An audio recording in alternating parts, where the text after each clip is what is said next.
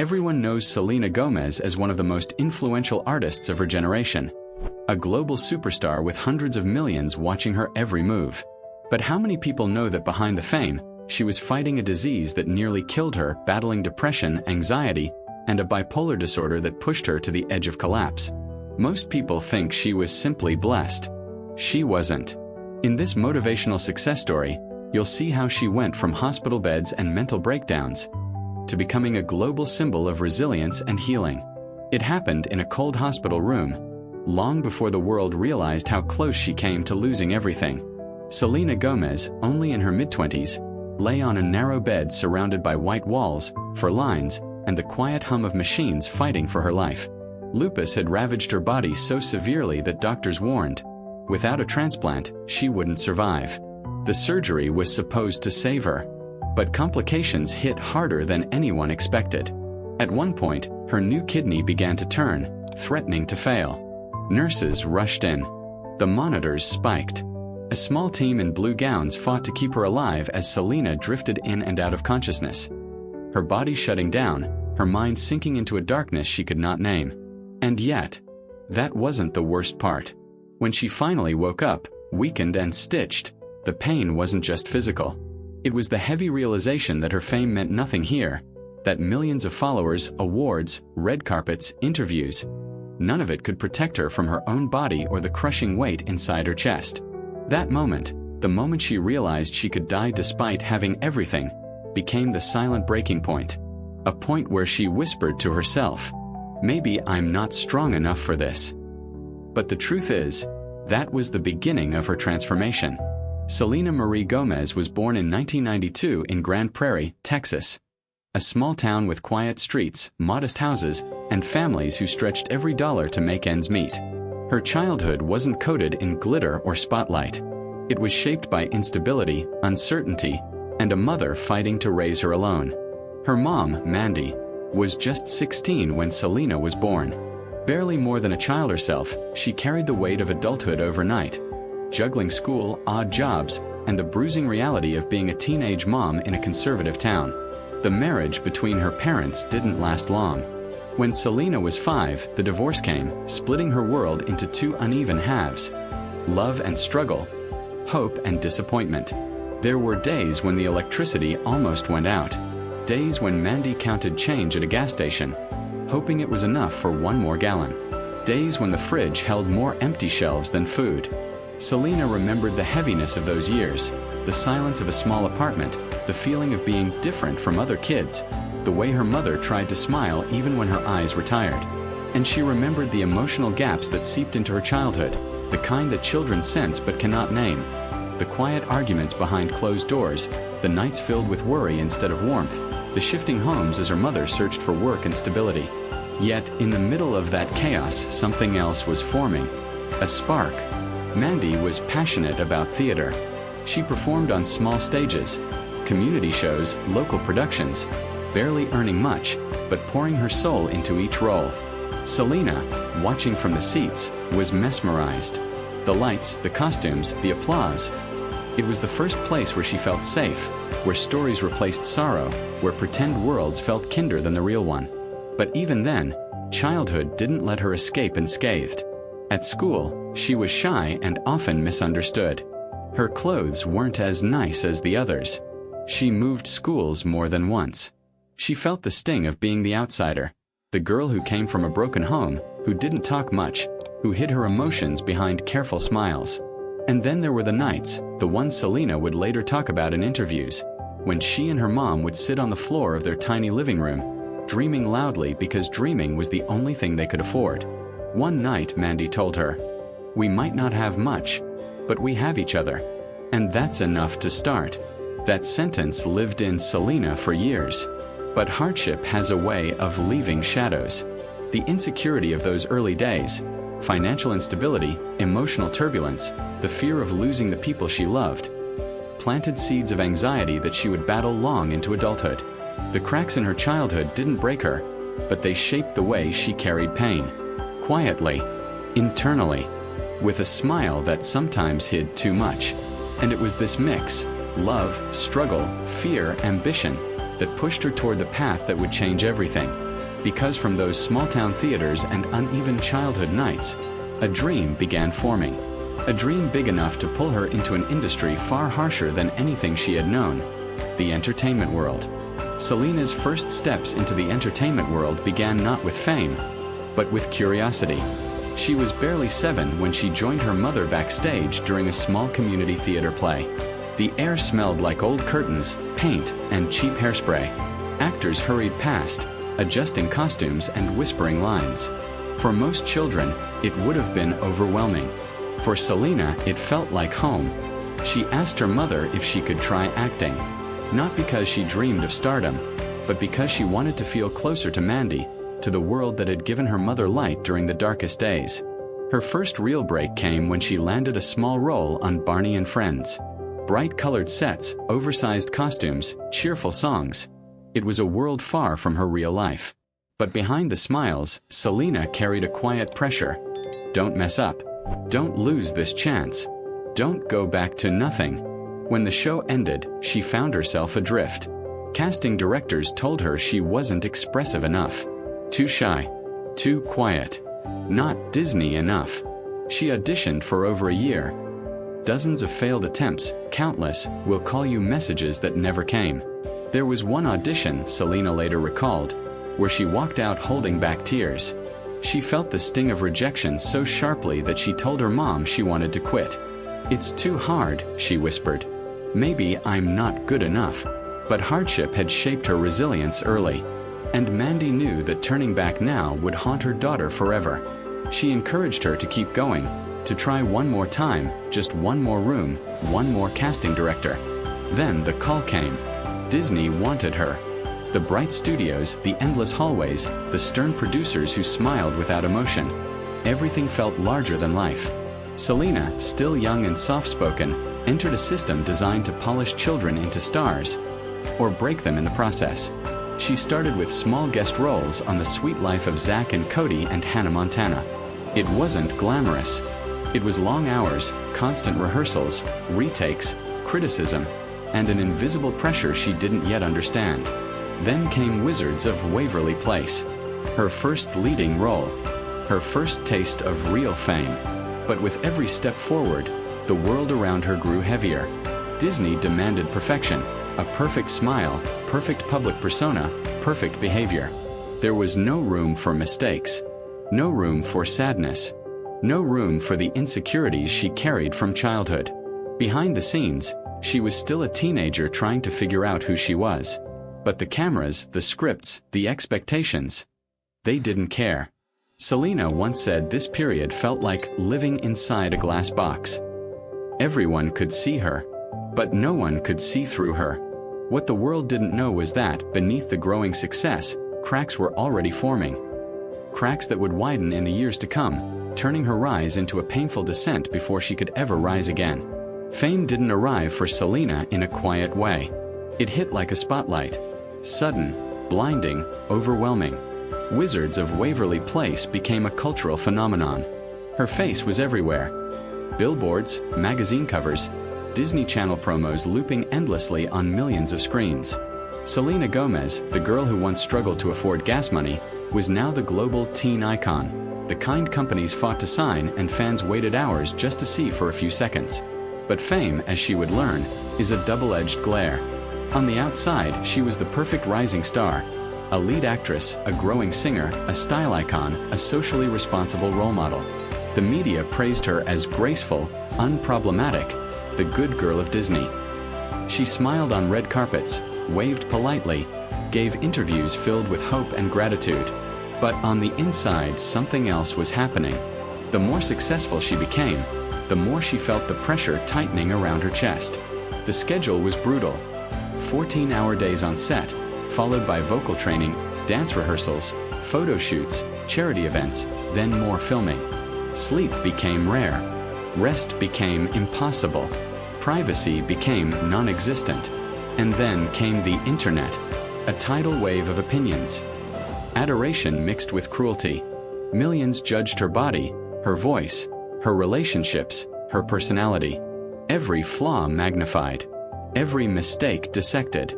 Every rumor turned into a headline. Selena once described it as drowning while people watched. Her music career took off next. Hit songs, world tours, sold-out arenas. Fans screamed her name so loudly she could feel it vibrating in her bones.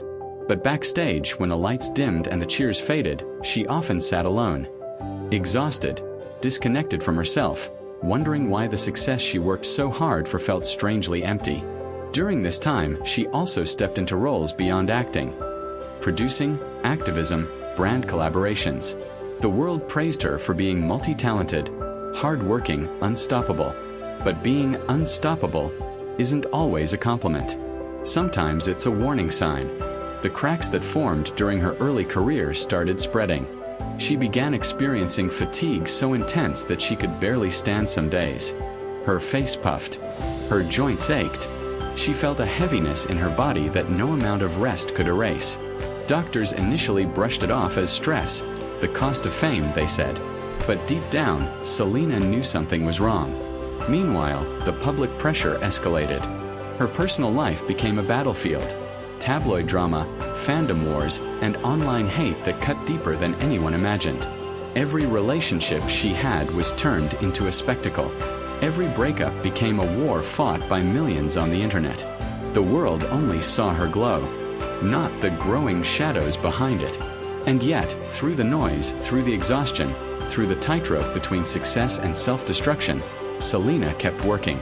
Because for years, she believed that stopping meant failing. And failing meant letting down her family, her fans, her younger self who dreamed on a living room floor in Texas. But the body can only endure so much. And the heart can break even in the brightest spotlight. What Selena didn't know then was that her world was about to collapse. Not from the pressure of fame, but from a hidden battle inside her own bloodstream. A battle that would push her to the brink and change her life forever. It began quietly. Whispers of pain in her joints, exhaustion that clung to her like a shadow, migraines that blurred her vision. At first, Selena blamed it on stress, overwork, endless travel. She told herself she just needed rest. But rest never helped. The fatigue deepened. The pain sharpened. Something inside her was unraveling. Doctors finally delivered the word that would rewrite her life. Lupus. An autoimmune disease that made her own body attack itself. For a girl whose career depended on energy, presence, and perfection, it felt like betrayal. Her body turning into an enemy, a silent storm destroying her from the inside. But she didn't stop working. She didn't slow down. She hid it. Because stopping felt like disappearing. And disappearing felt like failure. As the disease progressed, the symptoms escalated. Her weight fluctuated. Her cheeks swelled. Her exhaustion became bone deep. Some days she woke up unable to lift her arms. But the cameras still rolled, the fans still screamed, the media still demanded answers for every change in her face or body. Online comments turned cruel. People who knew nothing about her illness accused her of letting herself go, drinking too much, being lazy. Those words cut deeper than any physical pain. Because the disease was invisible. And invisible battles are always the hardest to prove. Behind closed doors, her mental state crumbled. Anxiety clawed its way into her thoughts. Depression wrapped itself around her like a heavy blanket she couldn't lift. There were nights she stared at hotel ceilings, wondering how someone with so much could feel so hollow. Days when she walked into rehearsals with a smile so practiced it felt like another costume. Then came the breaking point. In 2014, her blood tests showed her kidneys were failing. Fast. Dangerously fast. Doctors told her she had only one option, a transplant. Soon. Selena later admitted she didn't fully understand the gravity at first. She was young, famous, busy.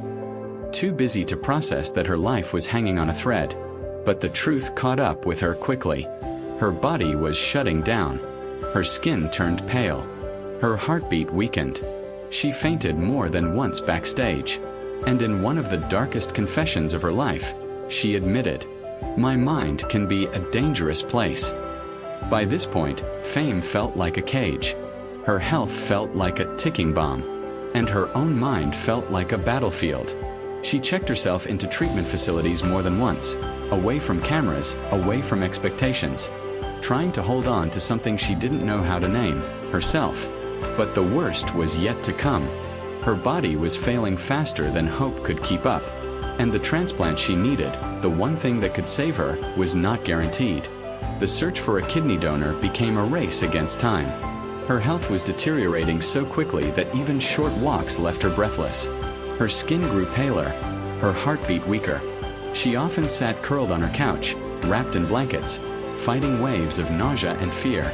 Fame couldn't shield her now. Cameras couldn't hide what her body was losing. Then came an act of love she never expected. Her best friend, Francia Reisa, walked into the room one day and said calmly, firmly, without hesitation, "I'll get tested." Days later, the results came back. A perfect match. Selena cried. Not loud, dramatic tears, but silent ones that spilled over from a gratitude too heavy to contain. She knew what this meant. Francia wasn't donating a handbag or a weekend of her time. She was giving up a piece of her body to keep Selena alive. The surgery was scheduled. Selena tried to be brave. She posted hopeful updates for fans, but inside she was terrified. Because the truth was brutal.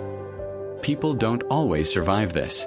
In the cold operating room, as she lay under blinding white lights, she whispered to herself, "Please, not yet."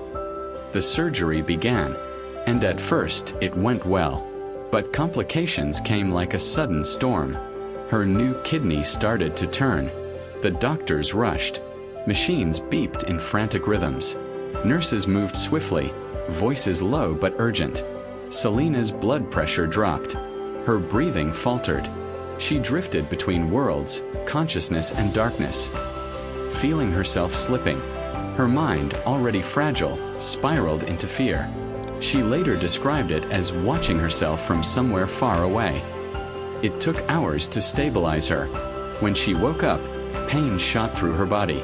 But beneath the physical agony was something deeper. A realization that even surviving didn't erase the emotional collapse already happening inside her.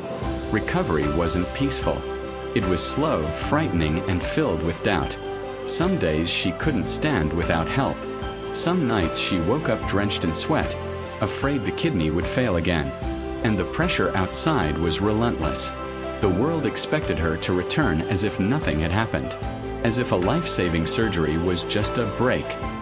But something was breaking, not on her skin, inside her mind. She spiraled into depression. Her anxiety became unmanageable. Her thoughts raced too fast, too dark, too loud. And in one of the most vulnerable moments of her life, doctors diagnosed her with bipolar disorder. A revelation that both shattered and saved her. She said, "Knowing what was wrong saved my life." But healing wasn't immediate. She entered mental health facilities multiple times. Quiet, secluded places where she handed over her phone, her schedule, her fame, everything. There, she learned to sit with her emotions instead of running from them. She confronted childhood wounds she had buried under years of success and noise. She learned to breathe again, slowly, painfully, intentionally. The outside world saw none of this. To them, she was simply taking a break. But inside those silent rooms, Selena Gomez was fighting for something far bigger than a career or an image. She was fighting for herself. The girl who survived a broken home. The girl who survived Hollywood. The girl who survived lupus. The girl who survived her own mind. She had hit the lowest point, the moment where everything collapses and you either rise or disappear. And it was here, in this fragile quiet, that Selena chose to rise. Healing didn't arrive for Selena in a single moment. It arrived in fragments. Small, trembling decisions made on days when she barely recognized herself. The turning point came during one of her therapy stays, when she sat in a quiet room with nothing but a notebook, a window overlooking a garden, and the weight of her thoughts. She wrote down everything. Her fears, her anger, her loneliness, her exhaustion. She wrote until her hands shook and her eyes burned. For the first time, she confronted a truth she had avoided for years. She wasn't broken. She was overwhelmed and unheard. Understanding her bipolar diagnosis became the first spark of clarity. It didn't fix everything, but it gave her a map, a way to understand the storms inside her head instead of drowning in them. Selena once said, "Once I knew what was happening in my mind, I could finally fight it." She began building a new version of herself, slowly and carefully. She committed to intensive therapy. She practiced mindfulness. She cut off toxic relationships that drained her. She set boundaries, sometimes for the first time in her life. She allowed herself to say no, allowed herself to rest, allowed herself to be human. She stopped chasing perfection, stopped living for the approval of strangers, stopped letting fame dictate her identity. Instead, she began choosing stillness, long walks, journaling, quiet dinners with people who truly loved her. She found comfort in simplicity, in real conversations, in the small pockets of peace she had once been too busy to notice. And she discovered something even more important. Being vulnerable didn't make her weak. It made her real. Her return to the public wasn't explosive. It wasn't a triumphant shout. It was a gentle re-entry. Honest, raw, stripped of pretense. When she released "Lose You to Love Me," it wasn't just a song. It was a closure, a farewell to old cycles, emotional, relational, and psychological. A declaration that she was choosing herself, even if the world didn't understand. The world listened. The world felt it. And for the first time in years, Selena felt something she hadn't felt before. Control. Purpose. A quiet but powerful rebirth. The girl who almost lost her life was now rebuilding it. Carefully, intentionally, beautifully. She wasn't healed yet, but she was healing. And that was enough to begin again. Life after the storm didn't turn Selena into a flawless hero. It turned her into something far more powerful, a woman who understood her scars and refused to hide them. In the years following her transplant and mental health battles, Selena rebuilt her life with a different rhythm. Slower, calmer, intentional. She no longer lived for the cameras or the applause. She chose projects that fed her soul, not her image. She surrounded herself with people who respected her boundaries. She learned to say, "I need time," and she meant it. Her music shifted too. Rare, "Lose You to Love Me," and later My Mind and Me weren't just albums or films. They were emotional documents. Pages of her life written in melody and confession. For the first time, she wasn't performing healing. She was living it, one imperfect, beautiful day at a time. But her greatest contribution came outside entertainment. Together with her mother and a close partner, she co-founded Wonder Mind, a mental fitness ecosystem dedicated to helping millions understand their minds, the same way she had to learn to understand hers.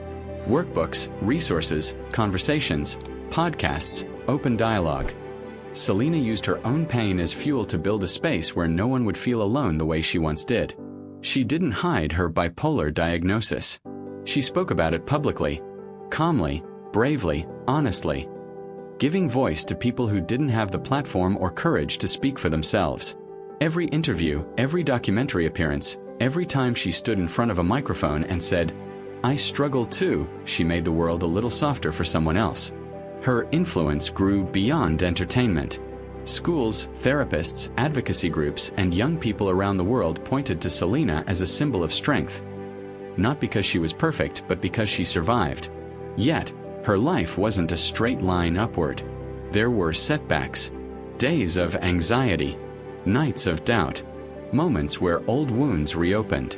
But resilience isn't the absence of pain. It's the decision to keep going despite it. And Selena kept going. Through philanthropy, through storytelling, through music that healed, through conversations that mattered, through honesty that saved lives she may never meet. Her legacy isn't defined by charts or trophies. It's defined by something far more enduring: the courage to turn private suffering into collective healing, the bravery to show the world that vulnerability is strength, the reminder that mental health isn't a weakness, it's a journey. In the end, she became more than an artist. She became a lighthouse, steady, imperfect, but always shining in the dark for anyone searching for their way out. Selena Gomez's journey is a reminder that even the brightest lights cast shadows. She grew up in uncertainty, rose into fame too early, broke under pressures no one saw, fought an illness that nearly took her life, and battled a mind that turned against her. And yet, through every fracture, she rebuilt herself with honesty, vulnerability, and a courage that didn't need to be loud to be powerful. Her story teaches us that healing is not a straight line. It bends, breaks, circles back, and moves forward again. That strength isn't found in pretending to be unshakable, but in admitting when you are hurting. That real resilience is born when you stop running from your pain and begin understanding it. Selena didn't overcome darkness by being perfect. She overcame it by choosing herself, over fame, over expectations, over the fear of being misunderstood. And maybe that's the lesson we're left with, that in a world obsessed with shining, it's okay to pause, to breathe, to fall apart and rise slowly. Because sometimes the most powerful thing you can say is, "I'm still here." So, what's your story?